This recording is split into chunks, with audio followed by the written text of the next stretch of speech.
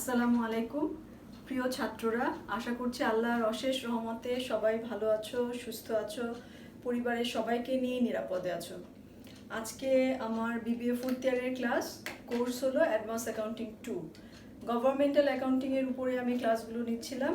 একটা চ্যাপ্টার আমরা শেষ করেছি, জেনারেল ফান্ড এবং স্পেশাল রেভিনিউ ফান্ডের উপরে যে চ্যাপ্টারটি ছিল, যে অধ্যায়টি ছিল, সেটা শেষ হয়েছে আমাদের। আজকে আমি নতুন একটা চ্যাপ্টার শুরু করব। 10 নম্বরে যেটা আছে operation and accounting procedures, capital project funds, debt service funds, special assessment funds, internal service funds, enterprise fund, trust and agency funds. ঠিক আছে, তাহলে এই ফান্ডসগুলোর আমরা অপারেশন অ্যান্ড অ্যাকাউন্টিং প্রসিডিউরস শিখব এই চ্যাপ্টারটাতে, এই অধ্যায়টাতে। আজকে আমি ক্যাপিটাল প্রজেক্ট ফান্ডের উপরে ক্লাসটি নিব। তাহলে আমাদের টপিক হলো ক্যাপিটাল প্রজেক্ট ফান্ডস। এখানে যে অ্যাড্রেসটি আছে এটাতে লগ ইন করলে তোমরা যথারীতি আজকের ক্লাসের হ্যান্ডআউটটি কালেক্ট করে নিতে পারবে। তাহলে আসো আমরা শুরু করি। ক্যাপিটাল প্রজেক্ট ফান্ড সম্পর্কে আমরা জানার চেষ্টা করি। আমরা আসলে এই অধ্যায় থেকে ক্যাপিটাল প্রজেক্ট ফান্ড বলতে আমরা কি বুঝি, বা এটার অ্যাকাউন্টিং যে প্রসিডিওরস এটা কি, বা আমরা এক্সাম্পলসও দেখবো, জার্নাল এন্ট্রিজ, ট্রানজ্যাকশনগুলো দেখবো। ঠিক আছে, তাহলে আসো আমরা ক্লাসটা শুরু করি। আচ্ছা, তোমাদের এই যে ফান্ডের ক্যাটাগরির কথা নিশ্চয়ই মনে আছে। আমাদের ফান্ডের 3টা ক্যাটাগরি ছিল, একটা হলো গভর্নমেন্টাল, একটা প্রোপ্রাইটারি, একটা হলো ফিডুশিয়ারি। তাহলে এই 3টা ক্যাটাগরির মধ্যে আমাদের গভর্নমেন্টাল ক্যাটাগরির মধ্যেই আমাদের ক্যাপিটাল প্রজেক্ট ফান্ড ছিল। ঠিক আছে, তাহলে আমরা এখানে গভর্নমেন্টাল ফান্ডের ভিতরে জেনারেল ফান্ড, স্পেশাল রেভিনিউ ফান্ডের উপরে অলরেডি ক্লাস করেছি, আমরা অনেক কিছু জেনেছি এটার উপরে, এবং আজকে আমরা ক্যাপিটাল প্রজেক্ট ফান্ড সম্পর্কে জানার চেষ্টা করব। আমাদের আসলে জেনারেল ফান্ড এবং স্পেশাল রেভিনিউ ফান্ড আমরা পড়তে যে গভর্নমেন্টাল ফান্ডের অনেক বেসিস সম্পর্কে আমরা জেনেছি। তাহলে এই ক্যাপিটাল প্রজেক্ট ফান্ড যেহেতু গভর্নমেন্টাল ফান্ডেরই অন্তর্ভুক্ত, সুতরাং এখানে বেসিকগুলোতে তো একই হবে, সেম হবে। তারপরে যেহেতু বিভিন্ন প্রয়োজন, এক একটা ফান্ড আসলে এক একটা প্রয়োজন, এক একটা পারপাস নিয়ে, এক একটা অ্যাক্টিভিটিস নিয়ে তৈরি হয়। কারণ অ্যাক্টিভিটিসগুলো মিলছে না দেখেই তো আমাদের আলাদা ফান্ড তৈরি করার প্রয়োজন হচ্ছে। তাহলে সেই জন্য কিছুটা কোথাও কিছুটা ডিফারেন্স আমরা দেখতে পারবো। এছাড়া মোটামুটি জার্নালগুলো আমরা যেভাবে শিখেছি সেই একই রকম জার্নাল আমরা এখানেও পাবো। আচ্ছা, তাহলে চলো আমরা প্রথমেই জানার চেষ্টা করি ক্যাপিটাল প্রজেক্ট ফান্ড বলতে আমরা কি বুঝি। ক্যাপিটাল প্রজেক্ট ফান্ড আসলে আমরা যদি একদম নর্মালি বলি, তাহলে ক্যাপিটাল প্রজেক্ট ফান্ড কি? আমাদের গভর্নমেন্ট যেই বড় বড় ব্রিজ, কালভার্ট বা রাস্তা মেরামত করছে, রাস্তা তৈরি করছে, অথবা বিল্ডিং তৈরি করছে, পার্ক তৈরি করছে, এগুলো সবই তো ক্যাপিটাল প্রজেক্ট ফান্ডের অন্তর্ভুক্ত। আমাদের পদ্মা সেতু আমাদের গর্ব, আমাদের প্রাইড হতে যাচ্ছে, তাহলে এই পদ্মা সেতুটাও তো একটা ক্যাপিটাল প্রজেক্ট ফান্ডের আওতাভুক্ত। অথবা আমাদের কলেজে যেই হোস্টেল হয়েছে বা একাডেমিক বিল্ডিং হচ্ছে, এগুলোও কিন্তু প্রত্যেকটা আলাদা আলাদা এক একটা প্রজেক্ট, ক্যাপিটাল প্রজেক্ট। তাহলে ক্যাপিটাল প্রজেক্ট ফান্ড, তাহলে আমরা কি বুঝলাম, যে কোনো একটা ক্যাপিটাল অ্যাসেট বা গভর্নমেন্ট যখন ক্যাপিটাল ফ্যাসিলিটিসগুলো জনগণকে দিতে চায়, তখন এই যে এই ফান্ডটা, ক্যাপিটাল প্রজেক্ট ফান্ড এক একটা ক্রিয়েট করতে হয়, এরকম এক একটা উদ্দেশ্য নিয়ে, এক একটা ক্যাপিটাল অ্যাসেটের অ্যাকুয়ার করার জন্য অথবা কনস্ট্রাকশনের জন্য এরকম ক্যাপিটাল প্রজেক্ট ফান্ডগুলোকে ক্রিয়েট করতে হয়। তাহলে আমরা দেখি এটাকে কিভাবে ডিফাইন করা হয়েছে। এখানে প্রথম ডেফিনেশন যেটা দেওয়া আছে, যেমন বলা হচ্ছে capital project funds means a fund used to account for financial resources to be used for the acquisition or construction of major capital facilities other than those financed by resources from proprietary type activities which are accounted for in the enterprise fund, or those financed with funds held by the local government in a trustee capacity. তাহলে আমরা কি দেখছি, যে আমাদের এই যে ফান্ডটাকে, fund তো আসলে ক্রিয়েট হচ্ছে, আমরা জানি যে ফান্ড একটা সেপারেট এন্টিটি, প্রতিটা ফান্ডের একটা সেপারেট এন্টিটি আছে এবং একটা বিশেষ উদ্দেশ্য নিয়ে ফান্ডটা ক্রিয়েট হয়, এবং এই ফান্ডগুলোর অ্যাকাউন্টিং প্রসিডিওরটাই তৈরি হয় এভাবে, যে যেই পারপাসে এই ফান্ডটা ক্রিয়েট হয়েছে বা রিসোর্সেস গুলোকে অ্যাসাইন করা হয়েছে বা ডেজিগনেটেড করা হয়েছে, তো সেই পারপাসে এগুলো ইউজ করা হচ্ছে কিনা, এই অ্যাকাউন্টিং প্র্যাকটিসগুলোর মাধ্যমে বা এই রিপোর্টিংয়ের মাধ্যমে এটাকে কিন্তু এনশিওর করা হয়। ঠিক আছে, যিনি গ্র্যান্টর থাকেন তিনি কিন্তু এভাবে এনশিওর হন যে অ্যাকাউন্টিং প্রসিডিউরগুলো দেখে কিন্তু তিনি এনশিওর হন যে হ্যাঁ ঠিক আছে, যে পারপাসে একটা গ্র্যান্টটা অথবা একটা রিসোর্সেস অ্যাভেলেবেল করা হয়েছিল সেই পারপাসে এটা ইউজ হয়েছে। তাহলে তেমনইভাবে আমাদের ক্যাপিটাল প্রজেক্ট ফান্ডও একটা সেপারেট এন্টিটি, যেটা উদ্দেশ্যকে কি উদ্দেশ্য নিয়ে এটা ক্রিয়েট হচ্ছে, সাধারণত acquisition or construction of major capital facilities, মানে ক্যাপিটাল অ্যাসেট কনস্ট্রাকশন বা অ্যাকোয়ার করার জন্য, অথবা রিপেয়ার হতে পারে, রিপ্লেসমেন্ট হতে পারে। তাহলে এগুলোর জন্য যখন কিছু রিসোর্সেসকে অ্যাকুমুলেটেড করা হয় এবং সেই রিসোর্সেসগুলো একেবারে এই উদ্দেশ্যেই ব্যবহৃত হচ্ছে, তখন যে ফান্ডের মাধ্যমে এই পুরো বিষয়টাকে অ্যাডমিনিস্টার করা হচ্ছে বা অ্যাকাউন্ট মেনটেন করা হচ্ছে, অথবা আমরা বলতে পারি রিপোর্টিং করা হচ্ছে, সেটা হলো আমাদের ক্যাপিটাল প্রজেক্ট ফান্ড। এবং এখানে বলা হয়েছে যে এন্টারপ্রাইজ ফান্ডের অ্যাক্টিভিটিসের সাথে এটা মিলছে না, অথবা ট্রাস্টি ক্যাপাসিটি যে ফান্ড আছে বা ফিডুশিয়ারি যে ফান্ডগুলো আছে এগুলোর অ্যাক্টিভিটিসের সাথে আদার দেন, মানে এই অ্যাক্টিভিটিসগুলোর বাইরে এসে কিছু অ্যাক্টিভিটিস আছে, এগুলো আসলে মিলছে না দেখি তো আলাদা করে আমাদের ফান্ড করার প্রয়োজন হলো। আচ্ছা, এরপরে আবার ডেফিনেশনে কি বলা হয়েছে দেখো, capital project fund means the governmental fund that accounts for financial resources use to acquire or construct capital facilities other than those of proprietary fund and fiduciary fund. The sources of revenue in this fund includes the sale of bonds, grants and gift received অথবা tax. ঠিক আছে, তাহলে আমরা দেখছি যে এগুলো sources কি, আমরা কোথা থেকে এই ফান্ডিংটা আমাদের হচ্ছে, এই ক্যাপিটাল প্রজেক্ট ফান্ডে হতে পারে কোনো সেল অফ বন্ডস হতে পারে, অথবা গ্র্যান্ড গিফট হতে পারে প্রাইভেট, বা এখানে অন্য কোনো গভর্নমেন্ট থেকে এটা ট্রান্সফার হতে পারে বা গ্র্যান্ট আসতে পারে। আর ট্যাক্স তো একটা পারপাস আছে, ট্যাক্সে একটা পারপাস তো আছে। তাহলে এই আমরা জেনে নিলাম আমাদের ক্যাপিটাল প্রজেক্ট ফান্ড বলতে আমরা কি বোঝাচ্ছি। আচ্ছা, এরপরে ক্যাপিটাল প্রজেক্ট ফান্ড সম্পর্কে আরও কিছু তথ্য এখানে আছে। দেখো, একদম প্রথমে যেটা বলা হচ্ছে যে capital project fund differ from the general fund and special revenue fund. Special revenue fund এবং জেনারেল ফান্ডের ক্যাটাগরিতেই তো এটা পড়ছে, যে এটা আমরা গভর্নমেন্টাল ফান্ডের ক্যাটাগরিতে তিনটা ফান্ডই আছে, কিন্তু তারপরে বলছে যে এখানে আমাদের জেনারেল ফান্ড এবং স্পেশাল রেভিনিউ ফান্ডের থেকে এটা ডিফার করছে কিভাবে। আমরা জেনারেল ফান্ড এবং স্পেশাল রেভিনিউ ফান্ডে দেখবো যে ইয়ার টু ইয়ার লাইফ, হ্যাঁ, মানে সময়ের সাথে এটা সম্পর্কিত, সময় অনুযায়ী এটা চলে যাচ্ছে। কিন্তু আমরা ক্যাপিটাল প্রজেক্ট ফাউন্ডেশনে দেখবো যে এর প্রজেক্ট লাইফ ফোকাস, হ্যাঁ, এটা পুরোটাই, এটা লাইফ কতটুকু হবে, কত সময়ের জন্য হবে, সেটা ডিপেন্ড করছে কিন্তু প্রজেক্টের কমপ্লিশনের সময় অনুযায়ী। যদি এমন হয় প্রজেক্টটি 6 মাসের মধ্যে শেষ হবে, তাহলে সেটার প্রজেক্ট লাইফ হলো 6 মাস। যদি মনে হয় যে না এটা 1.5 বছর চলবে, অথবা 2 বছর চলবে, বা 3-3.5 বছর চলবে, 5 বছর, মানে যেভাবে প্রজেক্টটা যতটুকু সময়ের মধ্যে শেষ হবে ততটুকুই হলো এই ফান্ডের লাইফ। ঠিক আছে, এটা কিন্তু সময়ের সাথে এটা সম্পর্কিত নয়, এটা হলো প্রজেক্টের লাইফের সাথে আমরা এই প্রজেক্ট ফান্ডটাকে সম্পর্কিত করব, রিলেটেড করব। কারণ প্রজেক্ট শেষ তো ফান্ডও আমাদেরকে ক্লোজ করে দিতে হবে, কমপ্লিট করে দিতে হবে। প্রজেক্ট কমপ্লিট, ফান্ডও কমপ্লিট, শেষ, ক্লোজ করে দিতে হবে। আচ্ছা, এরপরে দেখো আছে a fund is created when a capital project or a series of related project is legally authorized. It is closed when the project or series is completed.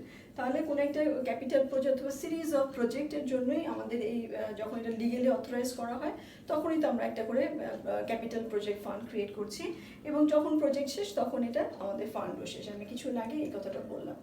আচ্ছা, এরপরে বলছি দেখো যে যেটা ইম্পর্টেন্ট আমাদের এখানে জানার জন্য, appropriation accounts need not to be used. ঠিক আছে, যেটা আমরা দেখেছি যে আমাদের জেনারেল ফান্ড, স্পেশাল রেভিনিউ ফান্ডের ক্ষেত্রে আমরা অ্যাপ্রোপ্রিয়েশন ব্যবহার করেছি, মানে বাজেট রেকর্ড করেছি। এখানে অ্যাপ্রোপ্রিয়েশন রেকর্ডের দরকার হচ্ছে না। কেন দরকার হচ্ছে না? যখন এই ফান্ডটা ক্রিয়েট হচ্ছে, যখন কি উদ্দেশ্যে ক্রিয়েট হচ্ছে, একটা ক্যাপিটাল অ্যাসেট বা ক্যাপিটাল ফ্যাসিলিটিস প্রোভাইড করার জন্যই তো এই ফান্ড ক্রিয়েট হচ্ছে।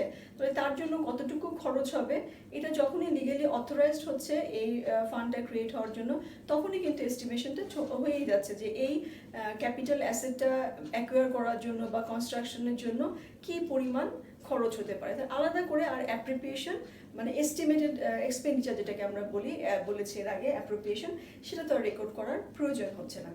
একইভাবে আমরা estimated revenue need not to be recorded. একইভাবে আমরা রেভিনিউর ক্ষেত্রেও দেখব যে এখানে যা খুব এই কন্ট্রাক্টের ক্ষেত্রে যারা কন্ট্রাক্টর থাকে মানে যারা কাজ করছে তারা তো আসলে রেভিনিউটা এনশিওর না হওয়া পর্যন্ত যে রেভিনিউ রিসিভড হবে অথবা রেভিনিউটা পাওয়া যাবে এটা এনশিওর না হওয়া পর্যন্ত কিন্তু তারা কাজ শুরু করে না। সুতরাং এখানে আমরা দেখবো যে এস্টিমেটেড রেভিনিউকে রেকর্ড করার প্রয়োজন হচ্ছে না। তাহলে এখানে অ্যাপ্রোপ্রিয়েশন এস্টিমেটেড রেভিনিউ রেকর্ড করা আমাদের দরকার হচ্ছে না। তার মানে হলো আমরা জেনারেল ফান্ড অথবা স্পেশাল রেভিনিউ ফান্ডের মধ্যে যে বাজেট রেকর্ডটা করেছি সেই বাজেট রেকর্ডের যে জার্নালটা সেই জার্নালটা আমাদের ক্যাপিটাল প্রজেক্ট ফান্ডে প্রয়োজন হচ্ছে না। কিন্তু এখানে আমরা একটা জিনিস পাবো, সেটা হলো দ্য এনকামব্রেন্সেস প্রসিডিউর বি ইউজড। এনকামব্রেন্সের যে প্রসিডিউর আমরা দেখেছি জেনারেল ফান্ড বা স্পেশাল রেভিনিউ ফান্ডে সেটা কিন্তু আবার এখানে ব্যবহার করা যাচ্ছে বা করা যাবে। তাহলে কিভাবে দেখো আমাদের মনে আছে কিনা, এখানে আমরা এনকামব্রেন্সেস আমাদের এর আগে শুরু হয়েছিল অ্যাপ্রোপ্রিয়েশন থেকে, অ্যাপ্রোপ্রিয়েশন এনকামব্রেন্স এক্সপেন্ডিচার ডিসবার্সমেন্ট। যেহেতু অ্যাপ্রোপ্রিয়েশন তো থাকছে না তাহলে শুরু হয়েছে এনকামব্রেন্স থেকে, তারপরে এক্সপেন্ডিচার, তারপরে ডিসবার্সমেন্ট। তার অর্থটা কি? অর্থ হলো যে এই যে খরচগুলো কনস্ট্রাকশন বা এই আমাদের ক্যাপিটাল যে অ্যাসেটটা এটা অ্যাকুয়ার করার জন্য যে খরচটা সেটা তো একবারে হচ্ছে না, সেটা হয়তো ভাগে ভাগে হচ্ছে বা একটা বিশেষ কারণে এখন খরচ হচ্ছে আবার কিছুদিন পর খরচ হবে। তাহলে এই খরচগুলোকে প্রথমে আমরা এনকামব্রেন্স হিসেবে রেকর্ড করতে পারবো। এরপরে সেটা এক্সপেন্ডিচার হবে, যখন আমরা পারচেজ অর্ডার ইস্যু করবো তখন এনকামব্রেন্স রেকর্ড করবো। তারপরে যখন আমরা মেটেরিয়ালগুলো সাপ্লাইসগুলো হাতে পেয়ে যাব তখন সেটা আমরা এক্সপেন্ডিচার করবো। এরপরে আসছে ডিসবার্সমেন্ট। আর এনকামব্রেন্স ছাড়াও আমাদের এক্সপেন্ডিচার রেকর্ড করার সুযোগ তো রয়েছে। আচ্ছা, তাহলে এটা আমরা দেখলাম। এছাড়াও দেখো আরও কিছু ইনফরমেশন এখানে আছে। বলছে balance sheet reports only financial resources and the liabilities to be liquidated by those resources. তাহলে এটা তো আমাদের গভর্নমেন্টাল ফান্ডের যে ক্যারেক্টারিস্টিক সেটার মধ্যে আমরা দেখেছি যে এখানে আমাদের মেজারমেন্ট ফোকাসটাই হলো ফিনান্সিয়াল রিসোর্সেস, আমরা ইকোনমিক রিসোর্সের উপরে ফোকাস আমরা এখানে দেখি নেই। তাহলে এখানেও তাই, এখানে ব্যালেন্স শিটে শুধু ফিনান্সিয়াল রিসোর্সগুলোকে রিপোর্ট করা হয় এবং লিকুইডিটি, লায়াবিলিটি যেগুলো কারেন্ট লায়াবিলিটি মানে যেগুলোকে এই রিসোর্স দিয়ে যে লায়াবিলিটিগুলোকে মিট আপ করা যাবে বা লিকুইডেট করা যাবে সেগুলোকে শুধু এখানে রেকর্ড করা হয়, রিপোর্ট করা হয়। আচ্ছা, এরপরে বলছে যে neither the capital assets acquired nor any long term debt incurred for the acquisition is recorded in a capital project fund। তাহলে আমরা ক্যাপিটাল অ্যাসেট বা লং টার্ম লায়াবিলিটি যদি ক্যাপিটাল অ্যাসেট অ্যাকোয়ার করা হলে অথবা লং টার্ম লায়াবিলিটি যদি ইনকারও হয়, কিন্তু এখানে কিন্তু সেখানে এই ক্যাপিটাল প্রজেক্ট ফান্ডে আমরা এটা পাবো না যে এভাবে আমরা রেকর্ড করছি, মানে কোনো লং টার্ম অ্যাসেট বা লায়াবিলিটিসকে আমরা রেকর্ড করবো না। আর বলছে this items are recorded in the governmental activities general ledger at the government wide level. তাহলে এই ধরনের কোনো ঘটনা যদি ঘটে আমাদের ক্যাপিটাল প্রজেক্ট ফান্ডে সেই ক্ষেত্রে সেই রেকর্ডিংটা চলে যাবে গভর্নমেন্ট ওয়াইডে। ঠিক আছে, গভর্নমেন্টাল অ্যাক্টিভিটিসের মধ্যে আমরা যে রেকর্ডটা করছি সব ফান্ডের জন্যই তো রেকর্ড আমরা গভর্নমেন্ট অ্যাক্টিভিটিসের মধ্যে করে থাকি। তাহলে প্রয়োজনীয় সব তো না, প্রয়োজনীয় জার্নালগুলো করে থাকি। তাহলে সেখানে আমাদের যদি ক্যাপিটাল অ্যাসেট অ্যাকোয়ার অথবা লং টার্ম লায়াবিলিটিস কোনোটা ইনকার হয় তাহলে সেই ক্ষেত্রে সেই রেকর্ডটা আমাদের গভর্নমেন্ট ওয়াইডে চলে যাবে। কিন্তু ক্যাপিটাল প্রজেক্ট ফান্ডের মধ্যে আমরা কোনো ক্যাপিটাল অ্যাসেট বা লং টার্ম লায়াবিলিটিকে রেকর্ড করবো না। আচ্ছা, আর কি আছে দেখো, যে annual revenue for the specific purpose of financial major repair two existing capital asset or for replacement of components of those asset capital improvement fund is use. ঠিক আছে, তাহলে একটা এক্সিস্টিং যে ক্যাপিটাল অ্যাসেট আছে সেটা যদি মেজর কোনো repair প্রয়োজন হয় অথবা তার কোনো কম্পোনেন্টকে রিপেয়ার করতে হয় তাহলে সেই ক্ষেত্রে রিপ্লেসমেন্ট করতে হয়, তাহলে সেক্ষেত্রে আমরা দেখব যে ফান্ডটাকে ব্যবহার করছে ক্যাপিটাল ইমপ্রুভমেন্ট ফান্ড। ঠিক আছে, ক্যাপিটাল ইমপ্রুভমেন্ট ফান্ড, যেমন এখানে উদাহরণ বলেছে যে ফার্নেসেস, এয়ার কন্ডিশনিং সিস্টেম, রুফস, এরকমভাবে যদি মেজর কোনো রিপেয়ার হয় অথবা কোনো একটা কম্পোনেন্ট চেঞ্জ করতে হচ্ছে, এগুলো আসলে গভর্নমেন্টের যে প্রজেক্টগুলো থাকে এগুলো আসলে তো অনেক বড় বড় ফান্ডিংয়ের ব্যাপার থাকে। ঠিক আছে, তাহলে এগুলো তখন আমরা এটার নাম রাখবো হলো ক্যাপিটাল ইমপ্রুভমেন্ট ফান্ড। তাহলে আমরা জেনে নিলাম ক্যাপিটাল প্রজেক্ট ডেফিনিশন এবং তার সম্পর্কে কিছু প্রয়োজনীয় তথ্য আমরা জেনে নিলাম।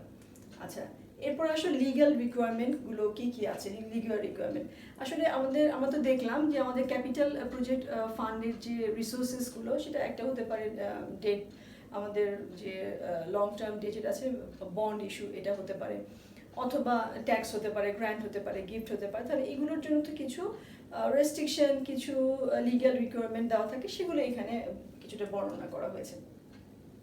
তাহলে দেখো, bond issue be approve according to law and also the government must comply with other provision. এখানে আমাদের বন্ড ইস্যু যে এটা বন্ড যে ক্যাপিটাল প্রজেক্ট ফান্ড ইস্যু করবে এটা অবশ্যই অ্যাপ্রুভ হতে হবে, এবং এই যে এটার সাথে এটা কি পারপাসে, এটার method and timing of payments, কিভাবে এর পেমেন্টটা হবে বা টাইমিংটা কখন, এবং ভ্যালিডিটি অফ ক্লেম মানে পাওনাদাররা কখন কতদিন পর্যন্ত এটা তাদের পাওনা ক্লেম করতে পারবে, এই যে ইত্যাদি যে বিষয়গুলো আছে সেগুলো কিন্তু বিভিন্ন প্রভিশনস দিয়ে ওই ক্যাপিটাল প্রজেক্ট ফান্ডটা যখন ক্রিয়েট করা হয় তখন বিভিন্ন প্রভিশনস দিয়ে এটাকে রেস্ট্রিক্টেড করা হয়। তাহলে এই জিনিসগুলো সম্পর্কে খুব ভালোভাবে ধারণা থাকতে হবে।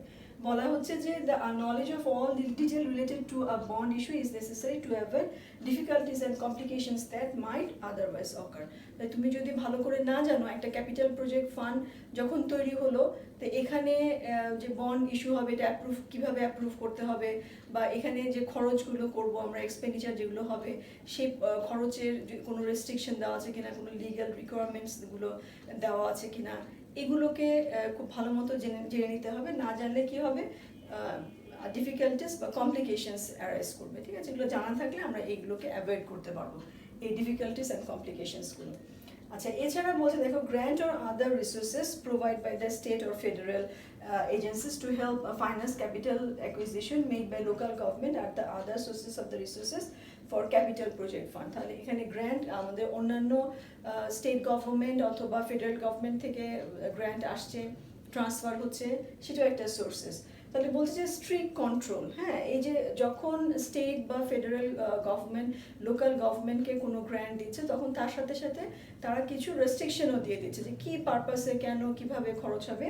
তাহলে বলছে স্ট্রিক্ট কন্ট্রোল থাকতে হবে সেই ব্যাপারে। ঠিক আছে, accounting and reporting procedure must be establish that can be provide information showing compliance with the terms of the grants. ঠিক আছে, তাহলে আমাদের অ্যাকাউন্টিং প্রসিডিওরটাই ওরকমভাবে আমরা করব যাতে করে গ্র্যান্টসের যে টার্মস অ্যান্ড কন্ডিশনসগুলো ছিল সেটা যেন কমপ্লায়েন্স করে, সেটা যেন মিলে যায়, সেটা যেন বোঝা যায় যে হ্যাঁ ঠিক আছে টার্মসগুলোকে মেনটেন করা হয়েছে এখানে। ঠিক আছে, তাহলে এই হলো আমাদের লিগাল কিছু রিকোয়ারমেন্টস আমরা এখানে দেখে নিলাম। আচ্ছা, আমরা দুই ধরনের এখানে টাইপস অফ ক্যাপিটাল প্রজেক্টের কথা বলেছি, আমরা দুই ধরনের ক্যাপিটাল প্রজেক্টস পাবো। যেমন একটা হলো জেনারেল বা পাবলিক বেনিফিট। পাবলিক বেনিফিট মানে তুমি আলাদা করে ডিফাইন করতে পারছো না, পাবলিক তো আসলে সবই, গভর্নমেন্টাল কোনো কাজ মানে তো পাবলিকের জন্যই। তাহলে জেনারেল হলো পাবলিক বেনিফিট মানে পাবলিকটাকে ওভারঅল সব মানে সেই পার্টিকুলার সে স্টেট বা এসে সব জনগণের জন্য। যেমন উদাহরণ দেখো, বলছে public buildings, roads, highways and bridge, park improvements. ঠিক আছে, এগুলো হতে পারে আমাদের জেনারেল যে ক্যাপিটাল প্রজেক্ট এটার উদাহরণ। আর একটা আমাদের আছে স্পেশাল অ্যাসেসমেন্ট, এটা হলো প্রাইভেট বেনিফিট, যদিও প্রাইভেট বলেছে আসলে একটা লিমিটেড এরিয়ার কথা এখানে বলা হয়েছে। যেমন এক্সাম্পল দেখো, স্ট্রিট ইমপ্রুভমেন্ট, তুমি যদি একটা রাস্তা ইমপ্রুভ করো তাহলে ওটা কোনো একটা লোকাল এরিয়ার রাস্তার কথা এখানে বলা হচ্ছে, যে ওই পার্টিকুলার ওই এরিয়ার যারা জনগণ আছে তাদের এটা হেল্প হবে। বা কার্বসের কথা বলেছে, সাইড ওয়াকসের কথা বলছে, স্ট্রিট লাইটিং, সুয়েজ এক্সেট্রা। ঠিক আছে, deem to be benefit citizen in a specified benefit district. তাহলে কোনো একটা নির্দিষ্ট ডিস্ট্রিক্টের যখন বেনিফিট হবে, সাধারণত যে স্পেশাল অ্যাসেসমেন্ট যে ফান্ডগুলো আমরা দেখব ক্যাপিটাল প্রজেক্ট ফান্ড, এগুলো ওই এরিয়ার জনগণের কাছ থেকেই কিন্তু ট্যাক্স আদায় করে ট্যাক্সের সাপোর্টে তৈরি হয় এই ফান্ডগুলো, যে পার্টিকুলার এই এরিয়ার জনগণ এর থেকে পাবলিক এখান থেকে বেনিফিটেড হবে। ঠিক আছে, তাহলে আমরা দুই ধরনের ক্যাপিটাল প্রজেক্ট ফান্ড দেখলাম। আচ্ছা, এরপর আসলে ট্রানজাকশন আমরা একটু দেখে নেই যে আমাদের আসলে অ্যাকাউন্টিং প্রসিডিউরের মধ্যে আমরা চলে এসেছি, যে আমরা যে অ্যাকাউন্টিং প্রসিডিউরের মধ্যে যাব, আমরা বিভিন্ন ধরনের জার্নালগুলো দেখব। তার আগে আমরা একটু দেখে নেই যে এখানে আমাদের অ্যাকাউন্টিং বেসিসটা কি বা আমাদের মেজারমেন্ট ফোকাস কি। যেমন বলছে যে GASB governmental accounting standards board, তারা standards require that the use of the same basis of accounting. ঠিক আছে, for capital project fund as for the governmental fund types. তাহলে গভর্নমেন্টাল ফান্ড টাইপসে আমাদের বেসিস অফ অ্যাকাউন্টিং ছিল modified accrual basis of accounting, এখানেও তাই, সেটাই maintain হচ্ছে। এবং আমাদের মেজারমেন্ট ফোকাস ছিল financial resources, current financial resources, economic resources নয়। তাহলে এখানেও তাই। ঠিক আছে, আমরা এখানেও ক্যাপিটাল প্রজেক্ট ফান্ডের জন্য আমরা একই রকম পাবো। আচ্ছা, এছাড়া আছে proceeds of debt issue should be recognized. তুমি কখন এই প্রসিডস অফ ডেট, মানে আমরা যে বন্ড সেলের কথা বললাম, বন্ড যে সেল করব এটা আমরা কখন রেকর্ড করব, ঠিক আছে? এই প্রসিডস অফ ডেট যেটা আমরা বলছি যে ঋণটা, এটাকে আমরা কখন এটাকে রেকর্ড করব, বলছে যে ইস্যুড শুড বি রিকগনাইজ। কখন রিকগনাইজ করব? আর capital project fund at the time of the issue is sold rather than the time it is authorized. তাহলে বন্ড তো ইস্যু করার আগে একটা অথরাইজেশন অবশ্যই নিতে হবে, তাহলে সেই অথরাইজেশনের সময় কিন্তু আমরা এটার ব্যাপারে কোনো কিছু রেকর্ড করছি না, ঠিক আছে? যখন এটা সেল হবে, বন্ড আমরা বন্ড ইস্যু করার অথরাইজেশন হলো, সেখানে কোনো রেকর্ডিং আসবে না, সেখানে আমরা রিকগনাইজ করবো না। আমরা রিকগনাইজ করবো কখন? যখন এটা সেল হবে, সোল হবে, ঠিক আছে, সোল্ড আউট হবে, তখন আমরা এটাকে রিকগনাইজ করবো। আচ্ছা, এরপরে বলছে proceeds of debt issue should be recorded as proceeds of bond or proceeds of long term notes. তাহলে এটা আমরা কি লিখবো? আমরা এটাকে প্রসিডস, আমরা যে বন্ড সেল করে, যে ইস্যু করে যে রিসোর্সটা আমরা কালেক্ট করতে পারবো, সেটাকে আমরা লিখবো proceeds of bond or proceeds of long term notes rather than as revenue, ঠিক আছে? রেভিনিউ হিসেবে এটাকে আমরা রেকর্ড করব না, আমরা রেকর্ড করব proceeds of bond or proceeds of long term notes. খেয়াল করে দেখো, এখানে কিন্তু আমরা বন্ড পেয়েবল লেখার কথা ছিল আমাদের, বন্ড ইস্যু করা মানে কি বন্ড পেয়েবল হওয়ার কথা, কিন্তু বন্ড পেয়েবল আমরা এখানে রেকর্ড করব না। কারণ তো খুব স্বাভাবিক, কারণ আমরা তো বলেছি যে এটা হলো মেজারমেন্ট ফোকাসই হলো কারেন্ট ফিনান্সিয়াল রিসোর্সেস। আমরা লং টার্ম কোনো লায়াবিলিটিকে এখানে ক্যাপিটাল প্রজেক্ট ফান্ড বা গভর্নমেন্টাল ফান্ডের মধ্যে আমরা রেকর্ড করি না। তাহলে এখানে আমরা সেটাকে রেভিনিউ হিসেবে রেকর্ড না করে আমরা রেকর্ড করব প্রসিডস অফ বন্ড অথবা proceeds of long term notes. এবং এখানে আমরা আমাদের যে স্টেটমেন্ট আমরা করি, এবং এটা আমরা এই রেকর্ডটা আমাদের চলে যাবে বন্ড পেয়েবল হিসেবে। আমরা গভর্নমেন্টাল যে অ্যাক্টিভিটিসের মধ্যে যে জার্নাল করি, সেখানে যে আমরা এটাকে বন্ড পেয়েবল রেকর্ড করবো, হ্যাঁ। আচ্ছা, তাহলে এখানে আরেকটা কথা বলেছে যে আমরা যে স্টেটমেন্টটা তৈরি করি, statement of revenue expenditure and changes is fund balance, সেখানে আমাদের আদার ফাইন্যান্সিং সোর্সেস যে সেকশনটা আছে, আদার ফাইন্যান্সিং সোর্সেস এর মধ্যে এই বন্ড পেয়েবলটা, মানে এই প্রসিডস অফ বন্ডটা যাবে, এটা রেভিনিউ সেকশনের মধ্যে যাবে না, ঠিক আছে? আচ্ছা, এরপরে বলেছে the tax revenue raised by the general fund or a special revenue fund and transfer to a capital project fund are recorded as inter fund transfer in, ঠিক আছে, and reported in the other financing section of the operating statement যেটা আছে। তাহলে এখানেও আমরা দেখবো যে general fund এবং স্পেশাল রেভিনিউ ফান্ড কোনো একটা ট্যাক্স রেজ করছে এবং সেই ট্যাক্সটা তারা ট্রান্সফার করে দিচ্ছে ক্যাপিটাল প্রজেক্ট ফান্ডে। তাহলে এটাকে আমরা রেকর্ড করবো ইন্টার ফান্ড ট্রান্সফার ইন হিসেবে, এখানে এটাকেও আমরা রেভিনিউ হিসেবে রেকর্ড করছি না। এবং যথারীতি আমরা প্রসিডস ফর বন্ড যেরকম নিয়ে গেলাম আদার ফাইন্যান্সিং সোর্সেস সেকশনে, তেমনভাবে আমাদের এই যে ট্যাক্স কালেকশন বা ট্রান্সফার যেটা আমাদের হলো এই জেনারেল ফান্ড এবং স্পেশাল রেভিনিউ ফান্ড থেকে, সেটাকেও আমরা আদার ফাইন্যান্সিং সোর্সেস সেকশনে নিয়ে যাব। আচ্ছা, তারপরে দেখো আর কি আছে, taxes raise specifically for a capital project fund would be recorded as revenue of that fund. একদম শুধুমাত্র ক্যাপিটাল প্রজেক্ট ফান্ডের জন্য যদি ট্যাক্স রেজ করা হয়, কালেক্টেড হয়, তাহলে শুধুমাত্র এটাকে আমরা রেভিনিউ হিসেবে রেকর্ড করব, আদারওয়াইজ নট, হ্যাঁ।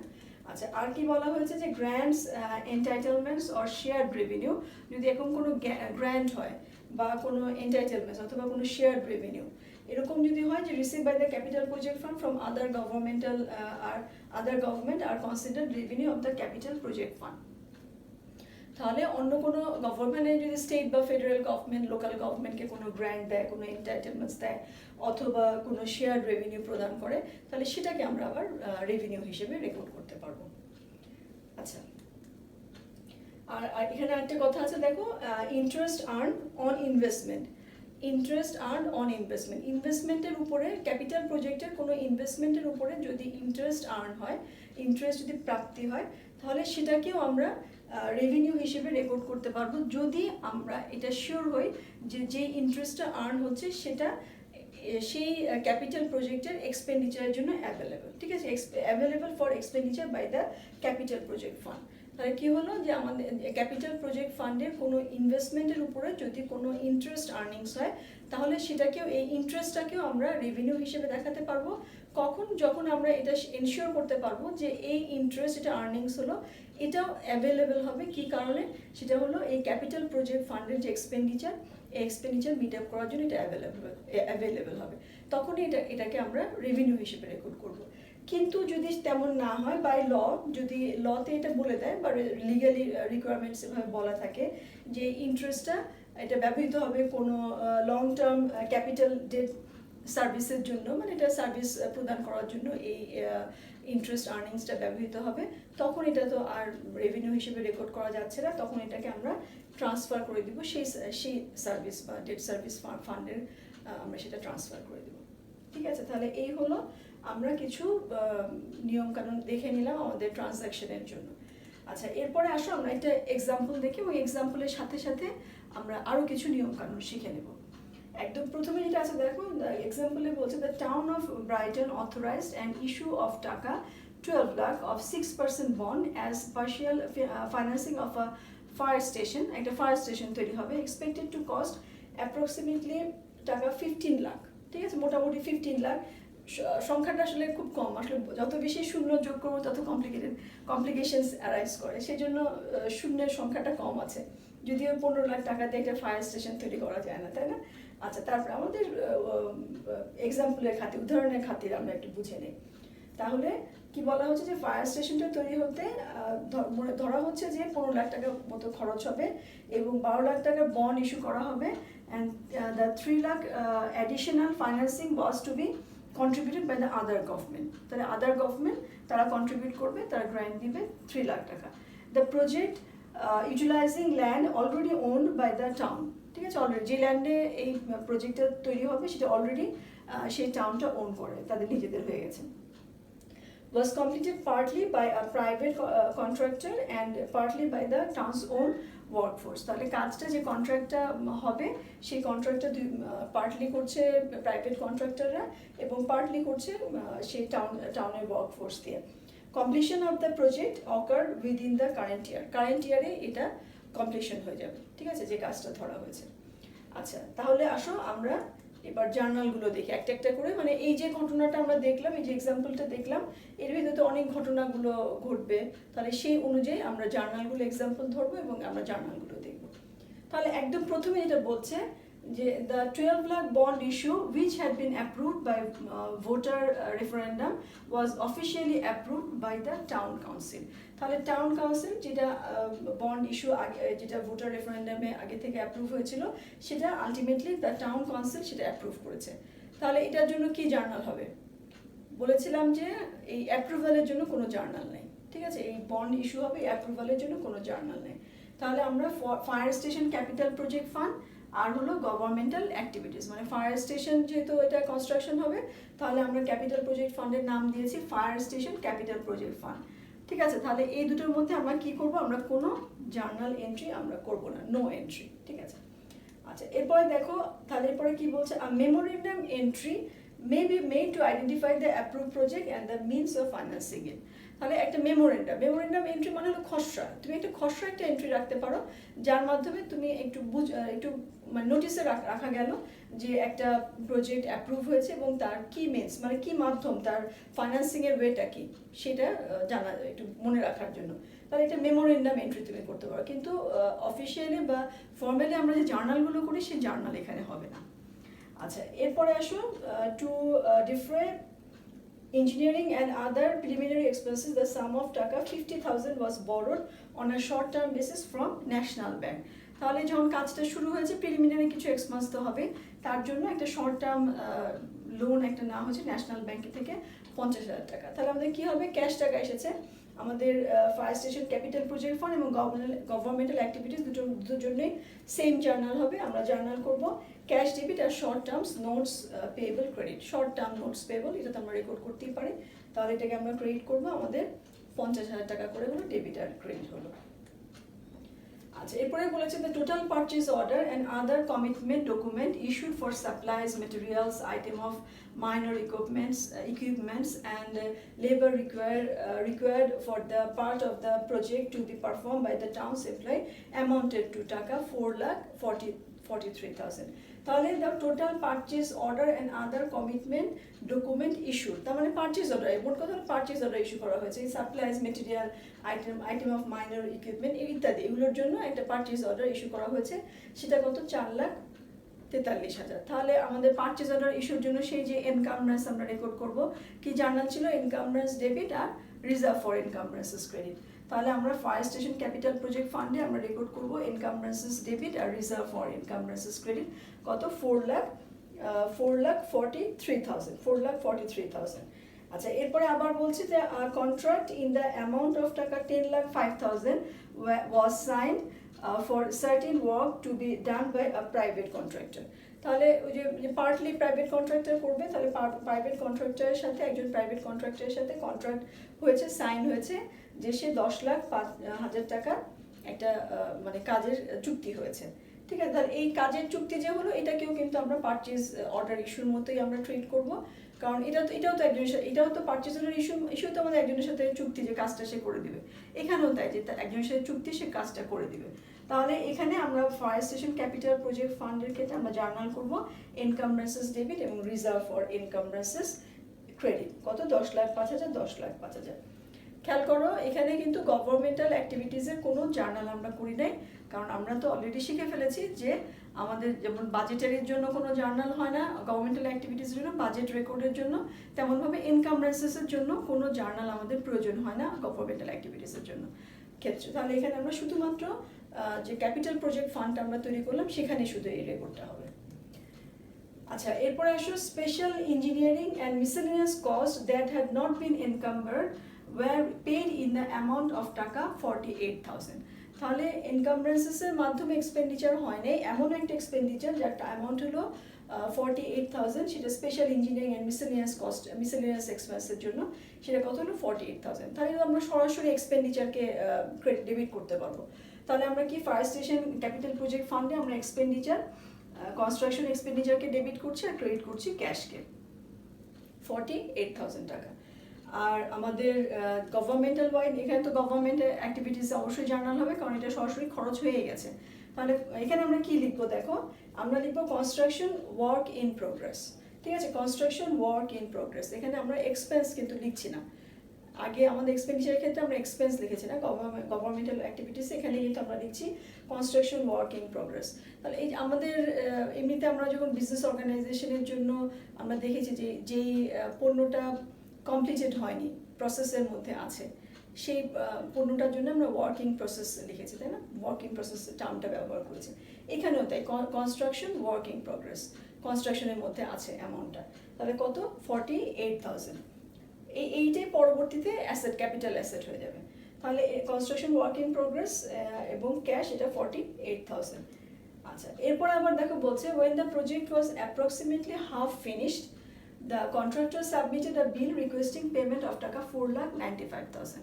যখন হাফ ফিনিশড হয়েছে, মোটামুটি অর্ধেক ফিনিশ হয়েছে, তখন কন্ট্রাক্টর সে বিল করেছে যে 4,90,000, সে 10,05,000 টাকার মধ্যে সে 4,95,000 টাকা বিল করেছে এটা তাকে দেওয়ার জন্য। তাহলে আমরা কি জার্নাল করব, আমাদের এনকামব্রেন্সেস ছিল 10,05,000 টাকা, তাহলে সেখান থেকে 4,95,000 টাকার বিল করেছে। তাহলে এই পরিমাণ আমরা রিসিভ করলাম, যে এই কাজটা হয়েছে, আমরা ধরে নিব যে এই কাজটা হয়েছে।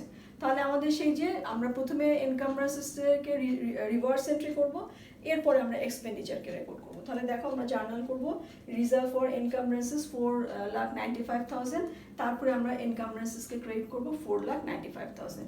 এরপরে আমরা এক্সপেন্ডিচার রেকর্ড করব, কনস্ট্রাকশন এক্সপেন্ডিচার 4,95,000 এবং কন্ট্রাক্টস পেয়েবল হলো, আমরা এখন তো জানি না সে বিল করেছে, পেয়েছে কিনা সে তো আমরা জানি না, তাহলে এটা পেয়েবল হলো 4,95,000।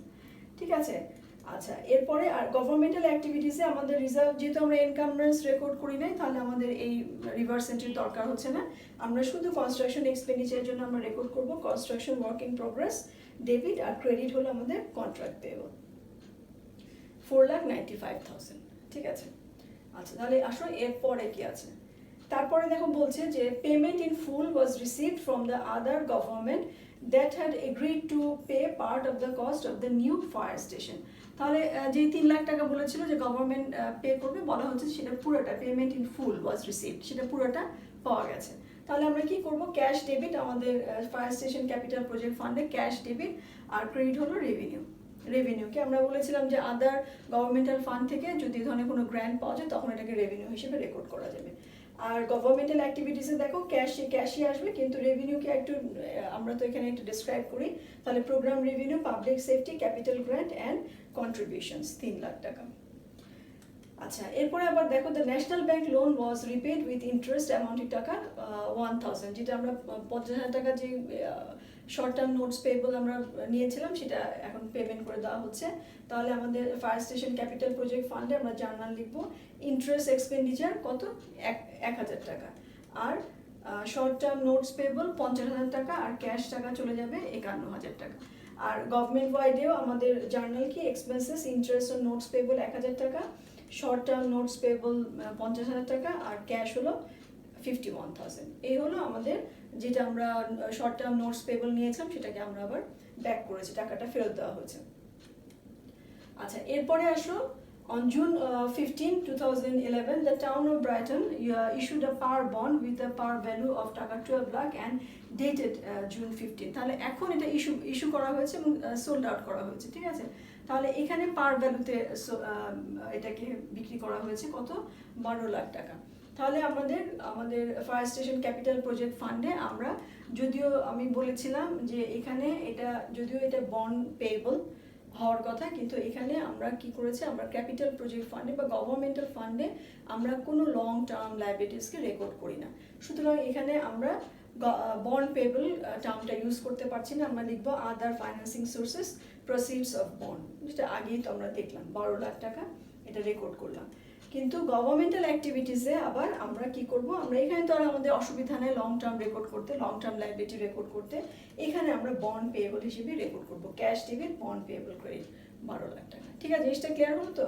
আমরা গভর্নমেন্টাল অ্যাক্টিভিটিসে আমরা লং টার্ম লাইবিলিটিস অ্যাকাউন্ট তো অ্যাক্রুয়াল বেসিস অফ অ্যাকাউন্টিং আমরা রেকর্ড করতে পারি, কিন্তু এখানে আমাদের মেজারমেন্ট ফোকাস হলো ইকোনমিক রিসোর্সেস, কিন্তু এখানে তো আমাদের মেজারমেন্ট ফোকাস ছিল শুধুমাত্র কারেন্ট ফিনান্সিয়াল রিসোর্স। আর এখানে আমরা কোনো কোনো ক্যাপিটাল অ্যাসেট বা কোনো লং টার্ম লাইবিলিটি কোনো কিছু রেকর্ড করতে পারবো না।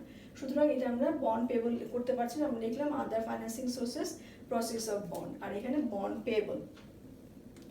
আচ্ছা, এরপরে also the contractor initial claim was fully verified and paid, মানে কন্ট্রাক্টর যে 4,95,000 টাকার বিল করেছে সেটা ভেরিফাই হয়েছে এবং পে করে দেওয়া হয়েছে। তাহলে আমরা কি লিখবো, দু জায়গায়, মানে আমাদের ক্যাপিটাল প্রজেক্ট ফান্ড এবং গভর্নমেন্টাল অ্যাক্টিভিটিস দু জায়গায় আমরা জার্নাল করছি কন্ট্রাক্ট পেবল ডেবিট আর ক্যাশ ক্রেডিট। আচ্ছা, এরপরে দেখো total disbursement of all cost incurred in entry 2 amounted to টাকা 4,40,000। তাহলে যেখানে ডিসবার্সমেন্ট হয়ে গেছে মানে 4,40,000 টাকা ডিসবার্সমেন্ট হয়েছে, তার মানে কি পাওয়া গেছে আমরা। তাহলে আমরা প্রথমে জার্নাল করেছিলাম এনকামব্রেন্সেস ডেবিট, যে 2 মানে এন্ট্রি 2তে আমাদের জার্নাল ছিল কি এনকামব্রেন্সেস ডেবিট আর রিজার্ভ ফর এনকামব্রেন্সেস কত 4,43,000 টাকা। তাহলে সেখান থেকে আমরা 4,40,000 4,40,000 টাকার প্রোডাক্ট পেয়েছি এবং সেভাবে ডিসবার্সমেন্টও হয়ে গেছে। তাহলে দেখো আমরা প্রথমে তো বলেছিলাম যে রিভার্স করব, রিভার্স এন্ট্রি হলো রিজার্ভ ফর এনকামব্রেন্সেস ডেবিট এবং এনকামব্রেন্সেস ক্রেডিট 4,43,000, কিন্তু সেখান থেকে আমাদের কনস্ট্রাকশনের খরচ আমরা পেমেন্ট করেছি কত, কনস্ট্রাকশন এক্সপেন্ডিচার আমাদের হয়েছে 4,40,000 এবং ক্যাশ টাকা সেটা ডিসবার্সমেন্ট হয়ে গেছে, সেটা আমরা পেয়েবল লিখবো না, আমরা পুরোপুরি 4,40,000 টাকা আমরা ক্যাশ ক্রেডিট জার্নাল করে দিলাম। তাহলে আমরা যে 4,43,000 টাকা পারচেজ অর্ডার ইস্যু করেছিলাম সেটা আমরা রিসিভ করেছি, কিন্তু আমাদের পে করতে হয়েছে 4,40,000 টাকা। তাহলে এনকামব্রেন্স তো আমাদের পুরোটাই ক্লোজ করে দিতে হবে, কারণ পুরো অ্যামাউন্টটাই আমরা পুরো পারচেজ অর্ডারটাই আমরা রিসিভ করেছি।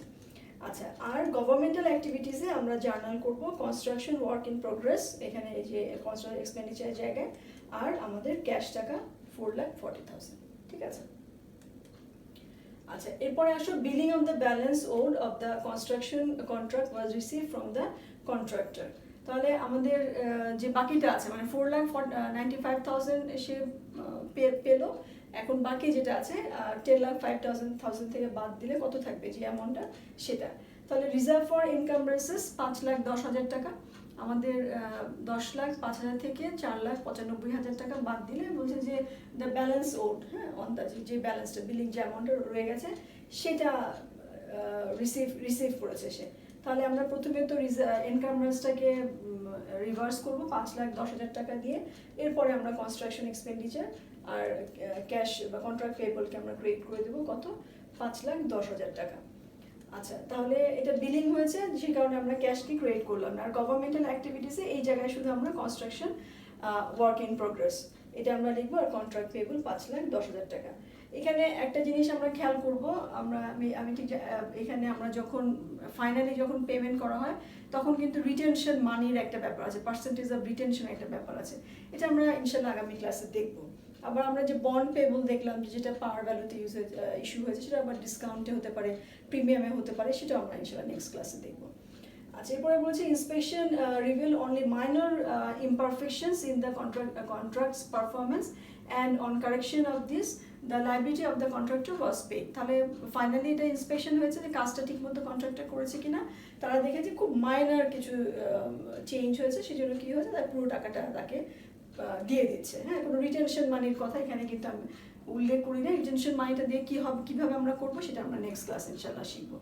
তাহলে কন্ট্রাক্ট পেয়েবল আমাদের 5,10,000 টাকা ছিল, সেই পুরো টাকাটা দিয়ে দেওয়া হলো, কারণ এখানে হলো এটা মানে এটা ইন্সপেকশন করে দেখা গেছে যে সে পুরো টাকাটা পাবে। হ্যাঁ, আচ্ছা, এরপরে দেখো বলা হয়েছে all requirement and obligation related to the project having been fulfilled the operating statement account were close in the capital project fund. তাহলে আমরা যেমনভাবে স্পেশাল রেভিনিউ ফান্ড বা জেনারেল ফান্ডে আমরা সব টেম্পোরারি অ্যাকাউন্টকে ক্লোজ করেছি, এখানেও তাই করতে হবে, সেই টেম্পোরারি অ্যাকাউন্টগুলোকে আমরা ক্লোজ করব। তাহলে আমরা দেখো কি করছি, journal entry fire station capital project fund, এখানে আমরা রেভিনিউ ক্রেডিট ছিল ডেবিট করব, তারপরে আমাদের other financing sources proceeds from bond, এটা ক্রেডিট ছিল, এটাকে ডেবিট করব, আর আমাদের কনস্ট্রাকশন এক্সপেন্ডিচার এটা হবে ক্রেডিট। তাহলে আর হলো আমাদের ফান্ড, আমাদের ইন্টারেস্ট এক্সপেন্ডিচার ছিল 1,000 টাকা, আর বাকিটা কোথায় যাবে, বাকিটা যাবে আমাদের ফান্ড ব্যালেন্সে। ঠিক আছে, বাকিটা আমরা ফান্ড ব্যালেন্সে ট্রান্সফার করে দিলাম। আচ্ছা, তাহলে কি হলো, এটা ক্লোজিং এন্ট্রি, এটা ক্লোজিং এন্ট্রি, আমরা রেভিনিউ এবং যে এক্সপেন্ডিচারগুলো আছে সেগুলোকে আমরা ফান্ড ব্যালেন্সে ক্লোজ করেছি। আচ্ছা, এখন যে 6,000 টাকা যে রয়ে গেল অ্যাসেটটা, সেটাকে আমরা কি করছি, সেটাকে আবার আমরা ফেরত দিয়ে দেবো। এটা আমাদের, কারণ আমাদের এটা তো ক্লোজ হয়ে যাবে, এই ক্যাপিটাল প্রজেক্ট ফান্ড তো কমপ্লিশন হলে এটা ক্লোজ হয়ে যাবে, তাহলে এখানে তো আর কোনো কিছুই থাকছে না, তাহলে এটাকে আমরা দিয়ে দেবো।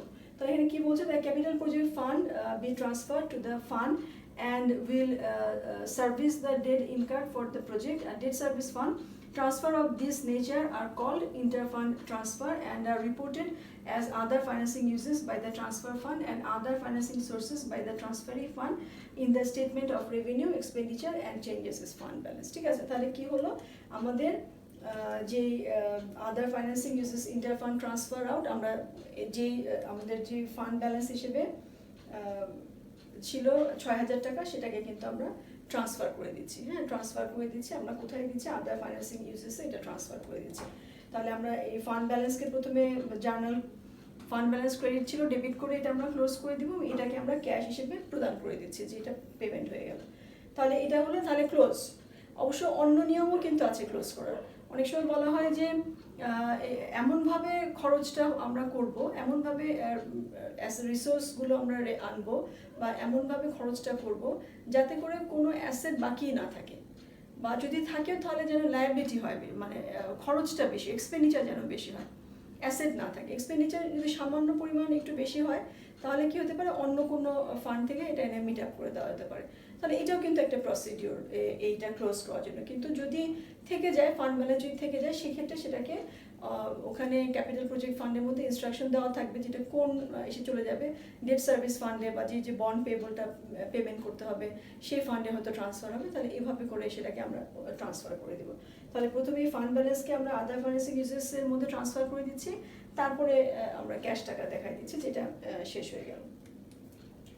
আচ্ছা, এখানে আর আমাদের গভর্নমেন্টালের জন্য, যে গভর্নমেন্টাল অ্যাক্টিভিটিসের জন্য যে আমরা ক্লোজিং এন্ট্রিটা করব, দেখো এখানে আমাদের যে কনস্ট্রাকশন যে ওয়ার্কিং প্রোগ্রেস ছিল, এটা তো কাজ তো শেষ। তাহলে এই যে যেটাকে আমাদের কনস্ট্রাকশন এক্সপেন্ডিচার 14,93,000 হলো, এটাকে আমরা বিল্ডিংস হিসেবে ট্রান্সফার করে দেবো।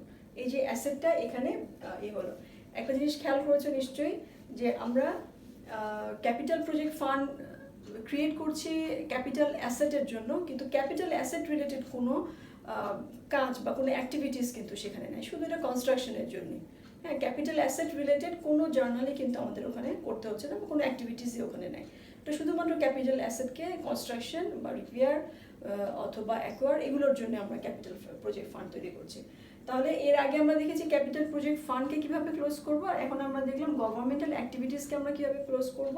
এখানে আমাদের কনস্ট্রাকশন ওয়ার্ক ইন প্রোগ্রেস যেটা 14,93,000 টাকা ডেবিট হয়েছিল, সেটা আমরা ক্রিয়েট করেছি এবং ডেবিট করে দিয়েছি বিল্ডিংকে, অর্থাৎ এই বিল্ডিংটা কমপ্লিটেড হয়ে গেছে এবং এটার মূল্যমান হলো 14,93,000, মানে ফায়ার স্টেশন।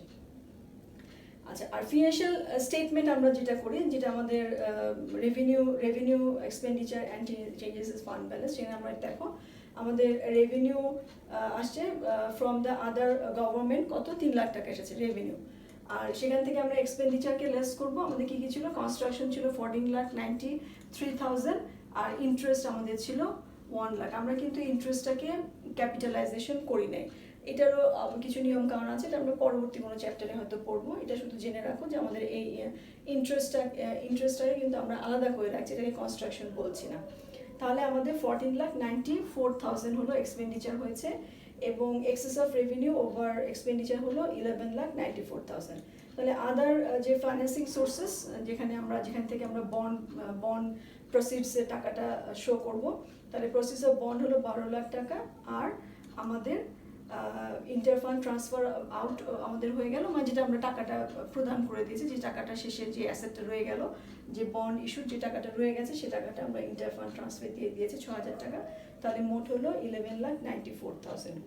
তাহলে এই টোটাল আমাদের কোনো access of revenue and other financing source অথবা আমাদের ইউজেস ওভার এক্সপেন্ডিচার জিরো। ঠিক আছে, জিরো, কোনো রেভিনিউর উপরেও এক্সপেন্ডিচার নেই, এক্সপেন্ডিচারের এক্সেসও রেভিনিউ নেই। আচ্ছা, আর আমাদের ফান্ড ব্যালেন্স জানুয়ারি 1 তারিখেও জিরো থাকবে, এবং আমাদের ফান্ড ব্যালেন্স ডিসেম্বর 31ও সেই জিরো হবে। ঠিক আছে, এই হলো আমাদের statement of revenue expenditure and changes fund balance. আমরা দেখে নিলাম যে আমাদের ফিনান্সিয়াল রিসোর্সটা কীরকম হয়। আচ্ছা, এটা আমাদের ইনশাল্লাহ আমি নেক্সট ডেতে আমরা এটা এই bond premium discount and accrued interest on bond sold, এই বিষয়টা আমরা নেক্সট ক্লাসে ইনশাল্লাহ পড়বো। আমরা দেখবো যে বন্ড আমরা তো আজকে দেখলাম পার ভ্যালুতে ইস্যু করা হয়েছে, এটাকে প্রিমিয়ামের ইস্যু করা হয়, আবার ডিসকাউন্ট ইস্যু করা হয়, সেটা আমরা জানি। তাহলে এই ধরনের ক্ষেত্রে আমরা কি করব, কিভাবে এটা রেকর্ড করব, এছাড়াও আরও আমাদের রিটেনশন, পার্সেন্টেজ অফ রিটেনশন, এগুলো ইত্যাদি আরও কিছু বিষয় দিয়ে আমাদের আছে ক্যাপিটাল প্রজেক্টের ফান্ডে, যেটা আমরা ইনশাআল্লাহ নেক্সট ক্লাসে পড়বো। তাহলে আজকের মতো এখানেই শেষ করছি। আল্লাহ হাফেজ, সবাই ভালো থেকো, আমার জন্য দোয়া করো। আসসালামু আলাইকুম।